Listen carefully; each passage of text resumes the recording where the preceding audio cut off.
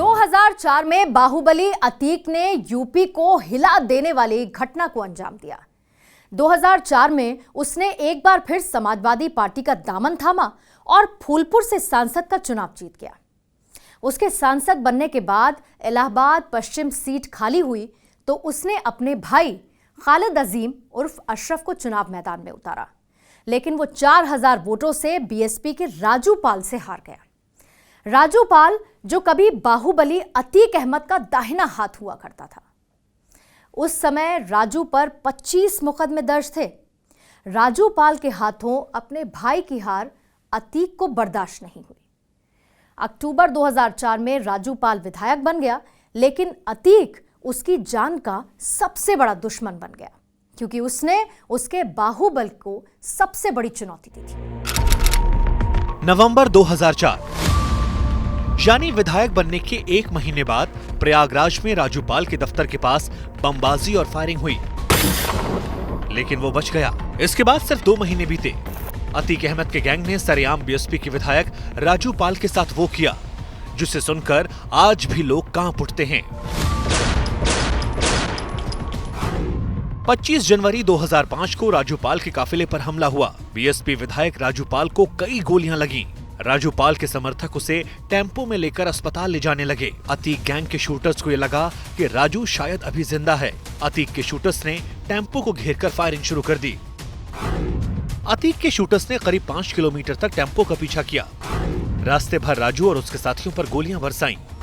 जब विधायक राजू अस्पताल पहुंचा तो उसे 19 गोलियां लग चुकी थीं। डॉक्टरों ने बीएसपी विधायक राजू पाल को मरा हुआ घोषित किया।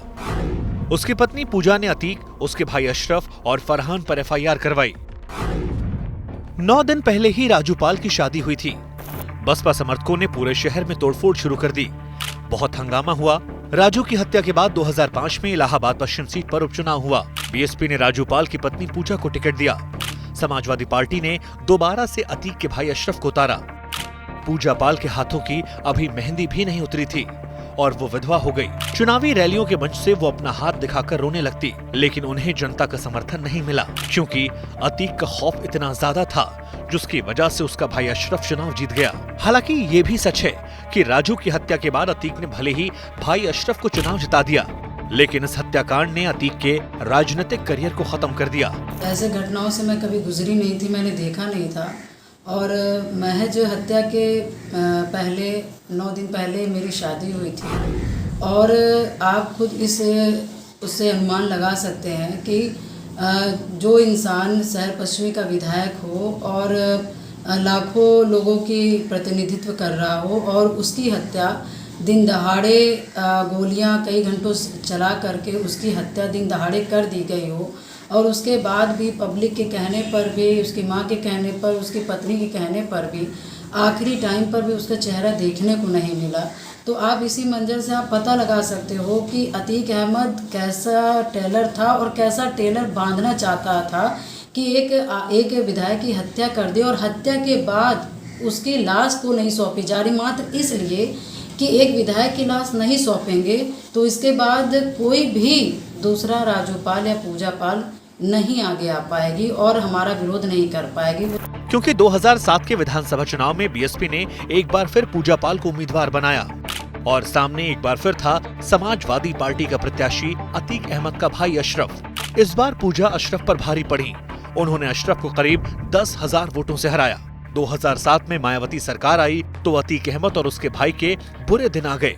समाजवादी पार्टी ने अतीक अहमद को पार्टी से बाहर कर दिया, लेकिन मायावती सरकार ने अतीक को सबक सिखाना शुरू कर दिया।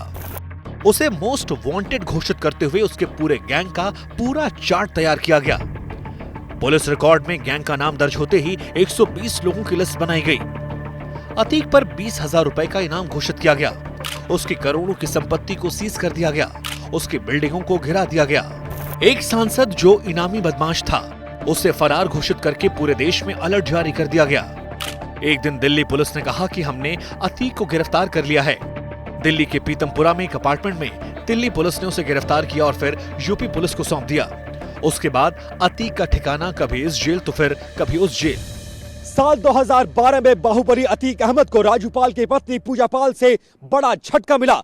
अतीक अहमद ने विधानसभा चुनाव लड़ने के लिए अपना दल से पर्चा भरा और इलाहाबाद हाईकोर्ट में बेल की अर्जी दी।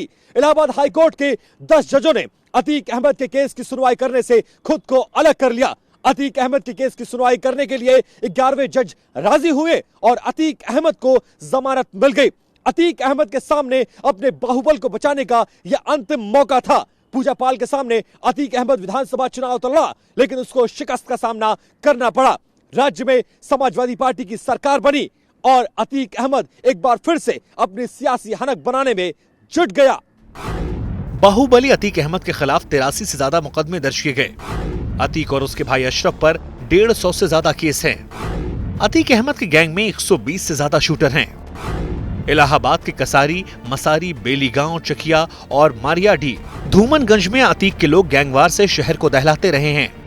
1986 से 2007 तक 12 से ज्यादा गैंगस्टर एक्ट के तहत केस दर्ज हैं। अतीक अहमद और उसके गैंग के खिलाफ कुल 96 मामले लंबित हैं। अतीक के भाई अशरफ के घर 5 बार कुर्की हो चुकी है। पुलिस घर के खिड़की दरवाजे तक उखाड़ कर ले जा चुकी है। अतीक भले ही नेता बन गया था, लेकिन माफिया वाली छवि से वो कभी बाहर नहीं आया। अतीक ने अपराधों और खौफ के दम पर सियासी बाहुबल को हासिल कर लिया, लेकिन राजनीति में आने के बाद उसका आपराधिक साम्राज्य और बढ़ता चला गया। यही वजह है कि उसके ऊपर ज्यादातर मुकदमे विधायक और सांसद रहते हुए दर्ज हुए। लोग कहते हैं कि अपने विरोधियों से बदला लेने के लिए वो कुख्यात है। 1989 में चांद बाबा की हत्या, 2002 में नस्न की हत्या, 2004 में मुरली मनोहर जोशी के करीबी नेता अशरफ की हत्या, 2005 में राजूपाल की हत्या। अतीक और उसकी गैंग ने 2017 से पहले तक हमेशा कानून व्यवस्था को चुनौती दी, लेकिन गुनाहों का ये सिलसिला पुलिस की नजरों में खटकने लगा।